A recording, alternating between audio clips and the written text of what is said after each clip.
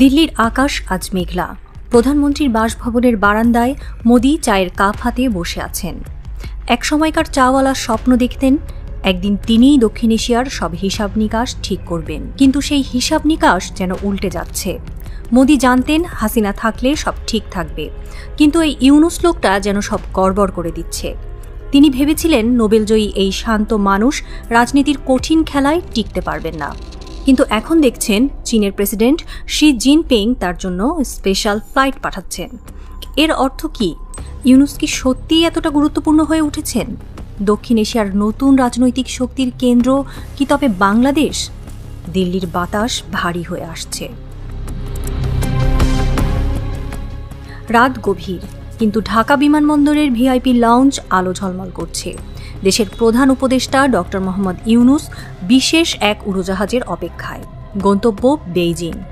চীনা president Xi জিনপিংয়ের পাঠানো বিশেষ ফ্লাইট আসছে তাকে নিতে।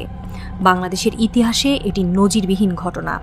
এর আগে কোনো রাষ্ট্রপ্রধান এমন সম্মান পাননি, যা ইঙ্গিত দেয় যে ইউনুস কেবল বাংলাদেশের নয়, দক্ষিণ এশিয়ার কৌশলগতভাবে গুরুত্বপূর্ণ নেতা হয়ে উঠছেন।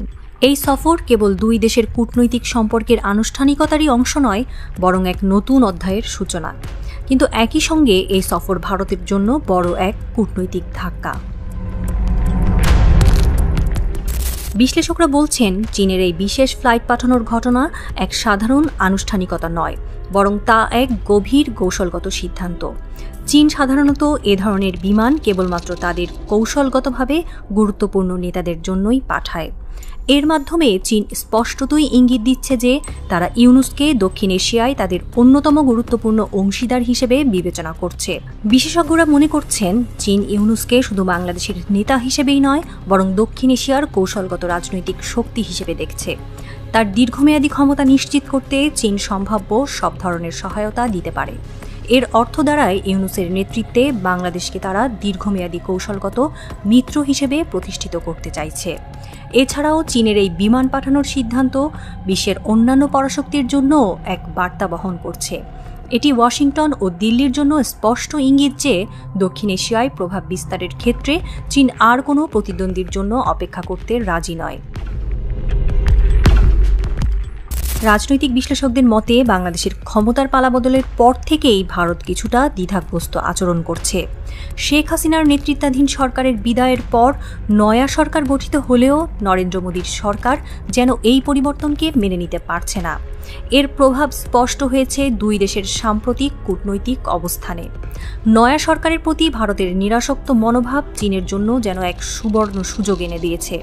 মোহাম্মদ ইউনুসের সরকার গঠনের পরপরই বেইজিং ঢাকার সঙ্গে সম্পর্ক ঘনিষ্ঠ করতে চেয়েছে, আর সেই সুযোগ হাতছাড়া করেনি চীন। চীনের এই আগ্রাসী কূটনৈতিক তৎপরতার বিপরীতে ভারত যেন বিভ্রান্ত হয়ে পড়েছে। প্রথম দিকে ইউনাইটেড নেশনসের সাধারণ পরিষদের অধিবেশনে মোহাম্মদ ইউনুস ও নরেন্দ্র মোদীর বৈঠকের সুযোগ থাকলেও ভারত তা নাকচ করে দেয়। এখন তার মাসুল গুনছে প্রফেসর ইউনুস ভারত বাদে অন্যান্য বিকল্পগুলো বেছে নিচ্ছে।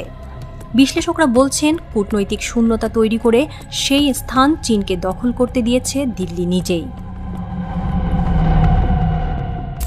এই সফরের ঘোষণা আসার পর থেকেই ভারতের পররাষ্ট্র দফতর থেকে কোনো আনুষ্ঠানিক প্রতিক্রিয়া আসেনি। তবে ভারতীয় মিডিয়া এক প্রতিবেদনে লিখেছে ভারত নীরব তবে শঙ্কিত। তারা আরও উল্লেখ করেছে ভারতের কূটনৈতিক ভুলগুলো এতটাই প্রকট যে তারা এখন বাংলাদেশের প্রতি নিজেদের অবস্থান নতুন করে ভাবতে বাধ্য হচ্ছে। বিশেষজ্ঞদের মতে ভারত এখনই যদি বাংলাদেশকে কৌশলগতভাবে গুরুত্ব না দেয়, তবে দক্ষিণ এশিয়ায় চীনের আধিপত্য আরও সুসংহত হবে। বিষণ্ণ মোদির হাতে থাকা চায়ের কাপ ঠান্ডা হয়ে গেছে। দিল্লির আকাশে গর্জে উঠেছে মেঘ। প্রথমে কয়েক ফোঁটা, তারপর শুরু হলো প্রবল বৃষ্টি। প্রবল ঝড়ে যেন দিল্লির কূটনৈতিক অস্বস্তিও গাঢ় হচ্ছে। বৃষ্টির ফোঁটাগুলো শুধুই কি দিল্লির দূষিত বায়ুকে ধুয়ে দিচ্ছে, নাকি এই বার্তাও দিচ্ছে যে ঢাকার প্রফেসর ইউনুসকে যতবার ছোট করে দেখাতে চাইবে দিল্লি, তত বেশি পরিষ্কার দেখা যাবে কত বড় প্রফেসর ইউনুস। দিল্লি থেকে 1700 কিলোমিটার দূর ঢাকা বিমানবন্দরে মোহাম্মদ ইউনুস বিশেষ ফ্লাইটে উঠছেন। তার চেহারায় আত্মবিশ্বাসের ছাপ, পেছনে এক নতুন ইতিহাসের ছায়া। ভারত কি আসন্ন পরিবর্তনের জন্য প্রস্তুত? দক্ষিণ এশিয়ার বিশ্বনেতার মঞ্চে মোদির ছায়া ম্লান হয়ে যাচ্ছে। নতুন আলোয় উদ্ভাসিত হচ্ছেন প্রফেসর মোহাম্মদ ইউনূস।